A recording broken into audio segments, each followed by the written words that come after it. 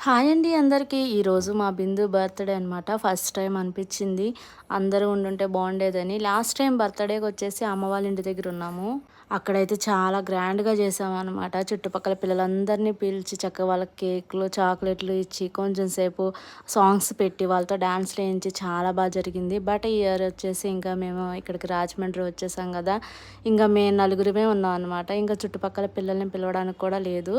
So, అందుకని చెప్పేసి చాలా బాధగా అనిపిచ్చింది. మా అమ్మాయి అయితే వాళ్ళందరిని చాలా బాగా మిస్ అయిందనమాట.